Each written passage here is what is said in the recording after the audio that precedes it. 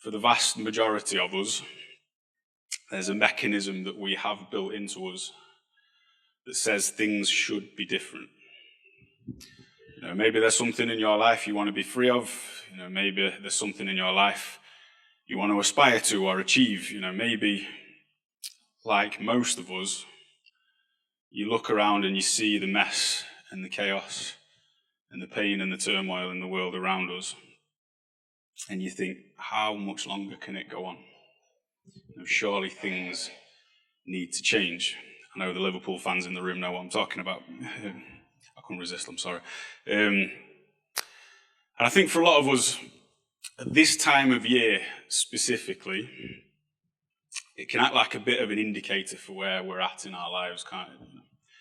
Show of hands, has anybody watched That Christmas on Netflix? Yeah? Great film. We watched it as a family a couple of weeks ago and we really enjoyed it. And there's a really, really great quote in it. Those of you that have seen it already know what I'm going to say. But there's a line in it that goes, I always think Christmas is a bit like an emotional magnifying glass. If you feel loved and happy, Christmas will make you feel even happier and more loved. But if you feel lonely and unloved, the magnifier gets to work and makes all of those bad feelings feel bigger and worse.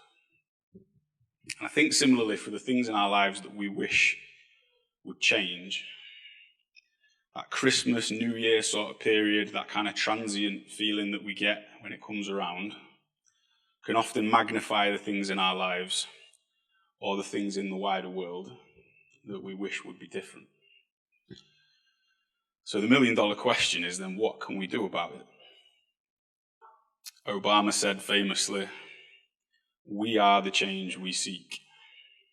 Effectively, if you want to look for something to hope in, look no further than yourself. Doubtless there's some merit to that. I'm sure that's what some people really need to hear. But in the interest of balance, I'd like to counter that with a quote from Edmund Blackadder, someone arguably just as insightful in my eyes. Blackadder said, real change comes from huge socio-economic things that individuals have no effect on. And all we can do in life is to try and make a bit of cash. Obama, Blackadder, who's right? You decide. Maybe both. But for those things in life that seem out of our control, either personally or globally, those things that make us feel helpless, the things that make us feel overwhelmed, what can we do? Where can we look? And perhaps more to the point, is having hope for change worth it in the first place? Is it worth hoping for a better world? Is it worth hoping that your life will get better? We've heard from the Hope Hotline earlier on. Holly spoke about hope at the beginning. That's kind of our theme for this evening. And it's a theme that's very much interwoven with the Christmas story. But there's a big difference between being hopeful and just wanting something to happen, I think. Now, hope, by its very definition, carries expectation, doesn't it? If you want something to happen, but if you've no basis or reason to think that it will, is there any point in hoping for it? I want Man United to win the league. Do I have hope that it will happen? No, because that would be ridiculous, because the facts and evidence tell me something different. Perhaps hope and just mere desire perhaps aren't quite as closely linked as we might think. Hope is deeper than that, I think. It can accomplish more, it resonates more deeply within our souls. There are so many examples of people putting their hope in the most unlikely, the most ridiculous things, but they've been able to achieve unimaginable things because they had real hope. We have to acknowledge the power and the motivation that hope can give us, even in the face of overwhelming opposition. But I think hope is only as strong as the source on which it is drawn from. Hope has to arise from something other than itself. It can't be a motivator on its own, can it? It has to be the effect rather than the cause.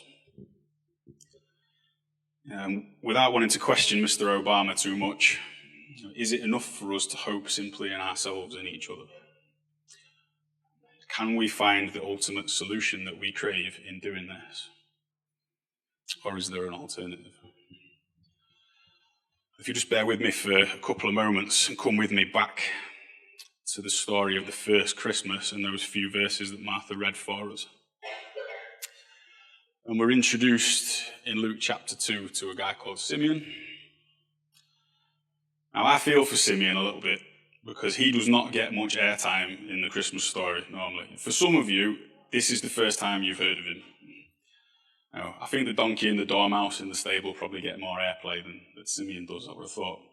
Doesn't appear on the front of Christmas cards. No one dresses up as him in the nativity play. Doesn't get mentioned in any of the carols, to my knowledge. Good King Wenceslas does, for some reason, whoever he was, but not Simeon. But I like Simeon.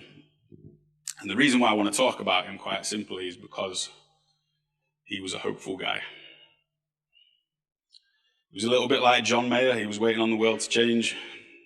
And he had a deep-rooted, tangible, overflowing hope in his heart that his world was about to change for the better.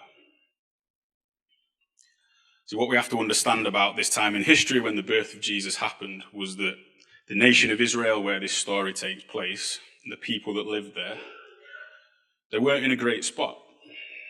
God had not spoken to them for 500 years. They'd been colonized, they'd been taken over. Verse 25 says, Simeon was waiting for the consolation of Israel. Now, consolation's a funny word, isn't it? You only need consoling when something's gone wrong or something terrible's just happened. And according to Simeon, the entire country needed to be consoled. The people needed a pick-me-up. They needed something to change. And what we don't often consider about the account of the first Christmas story and the backdrop to it, it's a pretty dark story in a lot of ways. There's fear, there's uncertainty that surrounds a lot of the narrative, but not for Simeon. Simeon had unwavering, unshakable hope based on a promise from God that he would not die before he laid eyes on the baby Jesus. And you might be tempted to think, well, all right, big deal. What difference is a month-old baby Jesus going to make to his life, really? Simeon isn't really concerned with himself. We've mentioned he's waiting for the consolation of Israel, but he also talks about Gentiles, non-Jews, in verse 32. And essentially, in a roundabout way, he's kind of saying the birth of this little baby in this tiny little stable in an insignificant backwater part of the world is going to have global implications for everyone from every background. Well, how's that going to happen?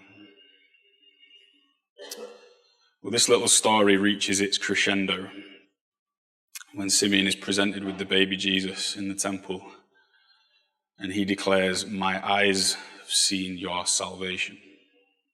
My eyes have seen your salvation." Another quite strange thing to say on the surface. But what I think Simeon understood when he looked around him and he saw the difficulty his people were in was ultimately what they really needed. And if we flip forward again to our present circumstances and the turmoil and the difficulty that surrounds some of our lives, what is it we really need to put an end to it? Is it another cabinet reshuffle? Is it a restructure? Is it a new outlook? Is it some influencer on Instagram giving you a 5-step program for forming new habits? Is it more effort? Is it more ingenuity? Is it more money?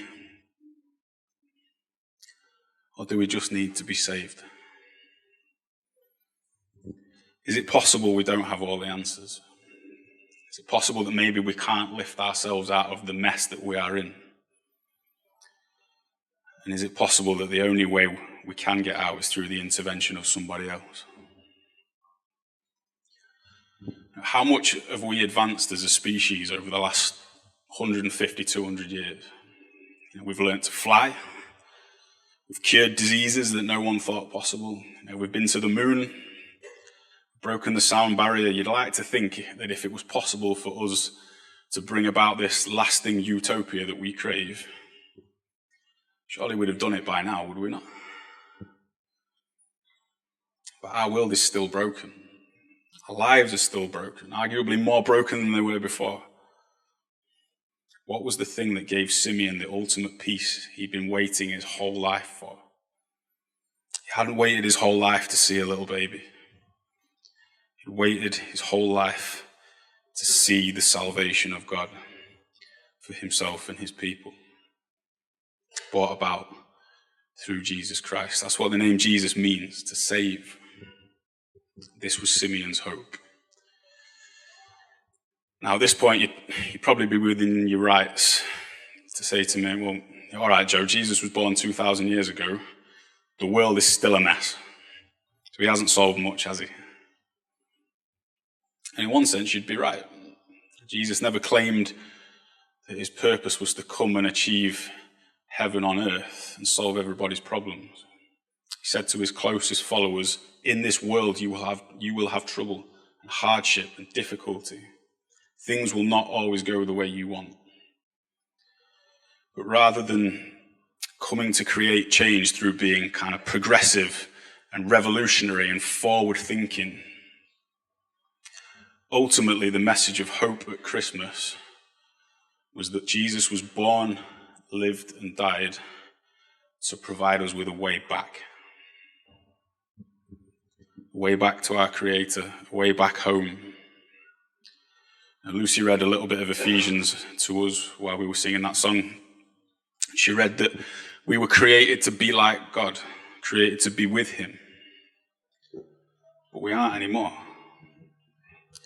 Jesus' first priority is with our souls and to deal with this issue. And that's not to say that faith can't drastically improve our lives. It's not to say God doesn't care about social justice or poverty or hatred or addiction. But what the Bible teaches sits underneath all of these things is a disconnect between humans and God. Brokenness. The birth of a little boy in Bethlehem and the man he would grow up to be. The fancy word that the Bible uses is reconcile. He came to reconcile us to God. The last line of that poem that Holly read for us at the start says, if only I could be one of them, maybe they would understand. Came to be one of us, to reconcile us and to save us, give us hope for a better future. May come in this life for some of us, maybe not. But either way, when it's all said and done, it doesn't really matter. And there's a famous parable in the Bible that says, what will it profit someone to gain the whole world, yet forfeit their soul? We could solve all the world's problems tomorrow, but it would still never taste as sweet as being at home with our Maker and our Saviour, where we were intended to be.